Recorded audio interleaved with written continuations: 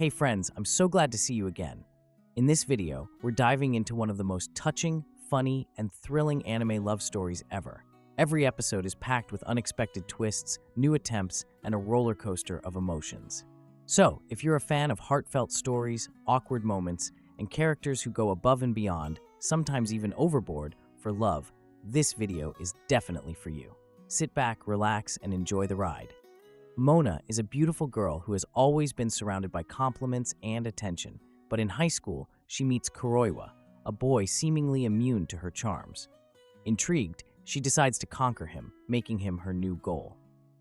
Since she was a baby, Mona stood out for her beauty, and as she grew up, everyone was enchanted by her.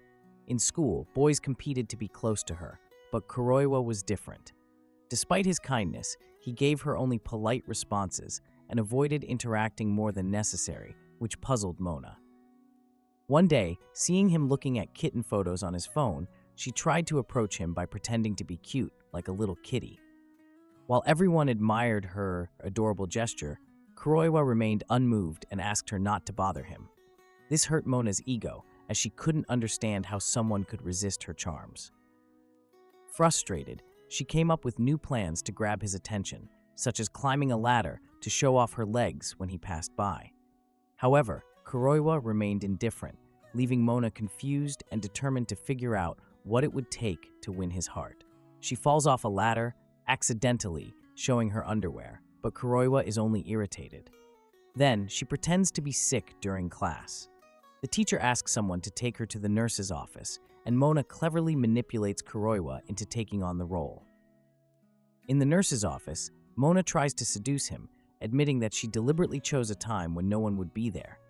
However, Kuroiwa rejects her, saying it's not about her actions but something else. Feeling upset, Mona loses control. They accidentally fall onto the bed, and she opens her blouse, thinking it will work. But Kuroiwa remains cold, advising her to save such actions for someone she truly loves. The next day, Mona continues her attempts to win his attention, even during gym class. She poses, showing off her figure, but Kuroiwa ignores her. After class, she follows him to the water fountain, where she accidentally gets her shirt wet. Feeling embarrassed, Kuroiwa gives her his shirt to cover up. Mona notices his physique and blushes, but he quickly leaves. Later, her friends explain that Kuroiwa is a descendant of a feline temple and is forbidden from interacting with girls due to religious vows. He has never met girls like her before, and finds it difficult to resist the temptations of the city. Despite this, Kuroiwa fears breaking his principles for a relationship. The next day, Mona returns his washed shirt. Kuroiwa thanks her, but again tries to distance himself, repeating to himself, "Clear mind, pure spirit." Nevertheless, thoughts of Mona begin to creep into his consciousness. In art class, Mona poses in front of Kuroishi, hoping to catch his attention. However, the guy is focused on praying to expel sinful thoughts. When Mona offers to pose even without clothes, Kuroishi remains completely calm, which irritates her immensely. "Come on, it was just a joke," she thinks, but decides that today's drawing project will be her day of victory. Mona prepares thoroughly. She searches online for sexy poses to knock Kuroishi off his feet. She recalls an incident when he couldn't take his eyes off her when she got soaking wet. "Aha, that's it," she thinks, striking the perfect pose. But instead of being impressed, Kuroishi sinks into meditation to avoid thinking about nonsense.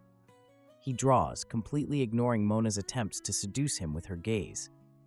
Meanwhile, her classmate Haruno can't take her eyes off Mona. "Hey, are you even drawing?" Mona protests as Haruno continues to stare at her. This makes Mona suspicious. Could she also be in love with Kuroishi? After class, Mona bumps into Kuroishi in the library. She tries to look intellectual, glasses, a book, and tea. "This time I'll definitely make an impression," she thinks, accidentally brushing her leg against his. Kuroishi jumps up as if stung by a wasp and runs away. "What the?" thinks Mona, feeling utterly discouraged. Jealousy intensifies when Mona notices that Haruno is always around. "Is she really my rival?" she wonders, trying to figure out why Haruno spends so much time near Kuroishi. But it turns out to be something entirely different. Haruno is obsessed with Mona. Yes, she even has a desktop wallpaper with Mona's photo and a collection of 300 pictures. "So you're not in love with Kuroishi?" Mona asks in surprise, learning the truth. Haruno shyly admits that she just wanted to be closer to her favorite classmate. Mona agrees to accept Haruno's help in winning Kuroishi over, though it still feels a little strange that someone adores her so much. The next day, Mona tries to confess her feelings to Kuroishi, but the words get stuck in her throat. Instead of saying, "I love you," she blurts out, "You disgust me." Kuroishi, the true gentleman, assures her that he didn't see anything under her skirt and walks away. What the hell did I just do? Mona thinks, feeling like a complete failure. Eventually, Mona and Haruno start working together for the school festival. Haruno suggests the idea of a cafe with costumes, but Mona adamantly refuses. "I'm not wearing a huge costume that hides my best features." Still, they find common ground, and Mona realizes that perhaps Haruno isn't such a bad ally after all. Mona is preparing for the school festival. Her friend Haruno tells her about the legend of the Bridge of Love, a bridge where, if you hold hands with your beloved, you can be together forever. Mona decides to use the festival as an opportunity to catch Kuroiwa's attention. She plans to use costumes from the drama club, including maid outfits, police uniforms, and even her secret weapon, a bunny costume. "No, this is too much even for me," Mona thinks to herself. While trying on the costumes, Kuroiwa catches Mona in one of the outfits. To avoid awkwardness, they hide in a closet. Kuroiwa feels extremely uncomfortable and is clearly praying to every saint he knows, while Mona feels like she's living in a romantic comedy, hoping he can't hear her pounding heart. After Haruno leaves, they emerge from the closet. Mona realizes she's used her weapon of mass destruction on Kuroiwa, but he remains calm and even compliments her. "You look cute, but it's a bit too revealing." However, afterward, he begins avoiding her. At the festival, Mona's group runs a cafe with waitresses dressed in bunny costumes. Mona tries to grab Kuroiwa's attention, but he's busy working in the kitchen. Haruno takes matters into her own hands and forces them to hand out flyers together. Mona's attempts to spend time with Kuroiwa turn into a series of mishaps. She gets scared by zombies in the haunted house, and her skirt gets stuck in the decorations. Kuroiwa helps Mona get out of the awkward situation with her stuck skirt. Blushing from embarrassment, Mona decides to keep trying.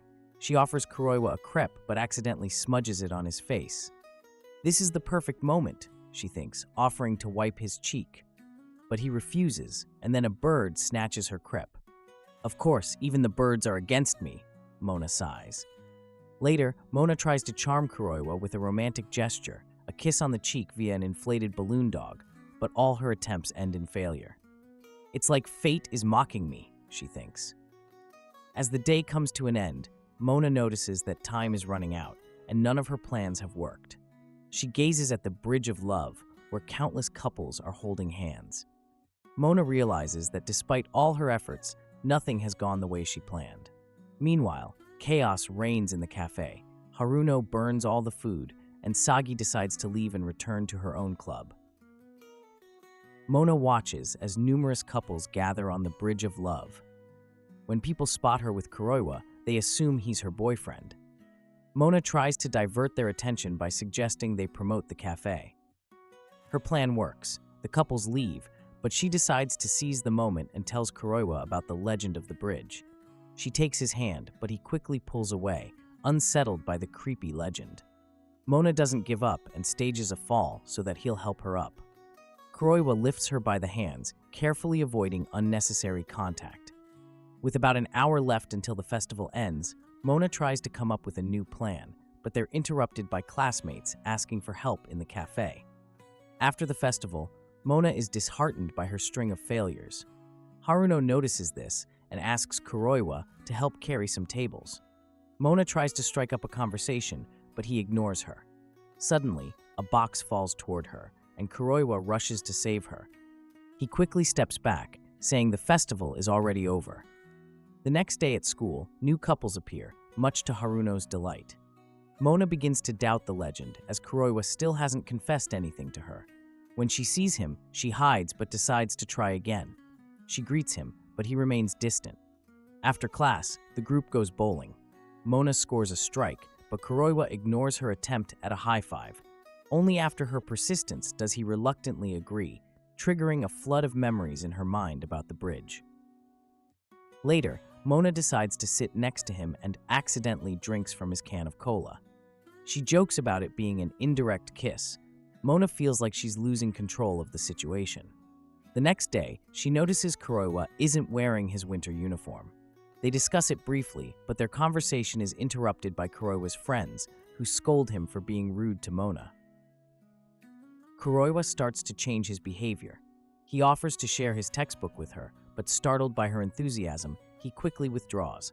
However, realizing his mistake, he returns and apologizes. Mona is overjoyed, and Haruno captures the moment with a photo. Kuroiwa reminds himself that the most important thing is not to fall in love with her. Mona wakes up to a rainy day but decides not to let it dampen her spirits. She spots Kuroiwa taking shelter from the rain and takes it as a sign of fate. Mona offers to share her umbrella with him, despite his attempts to decline. Kuroiwa reluctantly agrees, recalling his friend's advice to be more polite. On their way to school, Mona tries to get closer to him. She suggests they move closer under the umbrella and even takes his hand.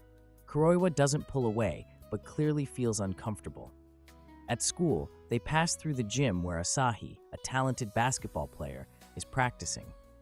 Mona accidentally disrupts her training, and Asahi sharply calls her out. Kuroiwa steps in to shield Mona from a stray ball, stirring up a wave of emotions in her. Asahi notices them together and later questions Mona about her relationship with Kuroiwa. Mona denies everything, but Asahi doesn't believe her, especially after learning that they arrived together under the same umbrella. Mona starts to worry that Asahi might become a rival. The next day, Asahi tries to strike up a conversation with Kuroiwa, but she blushes and loses her ability to speak. Mona quickly whisks Kuroiwa away to avoid any unnecessary exchanges. Later, she learns from Haruno that Asahi is the star of the basketball team and begins to see her as a potential threat. During physical education class, the students play basketball. Mona tries hard to impress Kuroiwa, while Kuroiwa, playing poorly, gets hit in the face with the ball. After class, he loses a bet and has to clean the gym. Mona offers to help him, using the opportunity to grow closer. She adjusts his stance by pressing against him, which makes him visibly flustered. At that moment, Asahi appears and creates a scene. She asks Mona point blank if she likes Kuroiwa and challenges her to a competition. During a demonstration of drills, both girls attempt to grab Kuroiwa's attention, leading to an awkward situation. Kuroiwa, embarrassed by the unfolding drama, flees the scene, leaving them both confused. After the incident at school, Kuroiwa misses classes. Mona learns that he fell ill after getting soaked in the rain and decides to visit him. Along the way, she bumps into Asahi, who is also heading to see him. Both girls refuse to back down and end up going to Kuroiwa's place together. When they arrive, Kuroiwa is surprised to learn that they know where he lives. Mona and Asahi begin competing over who can take better care of him. They prepare food, cut fruit, and even dress up as a nurse and doctor to impress him. Kuroiwa, feeling extremely uncomfortable, tries his best to handle their overwhelming attention. While Kuroiwa is asleep, the girls discuss their feelings in the kitchen. Asahi admits that she likes Kuroiwa, and Mona realizes her rival is sincere. Mona struggles to resist the urge to kiss him, but realizes it wouldn't be right. At that moment, Asahi returns, sparking another confrontation between the two. The next day at school, Mona and Asahi continue their rivalry, though more calmly this time. They talk and even sit together, surprising their classmates. Kuroiwa, having returned to school, thanks them both for their care. Mona tries to talk to him, but her nerves fail her, and she keeps avoiding the conversation. Later, Kuroiwa attempts to speak with Mona, but she runs away again and accidentally bumps into him, causing her to faint. When she wakes up in the nurse's office, she learns that Kuroiwa took care of her since she caught his cold. He thanks her for her help, and Mona feels delighted, imagining him carrying her in his arms. Subscribe to keep up with next week's road. But for now, watch this next video. I'll see you all in the next one.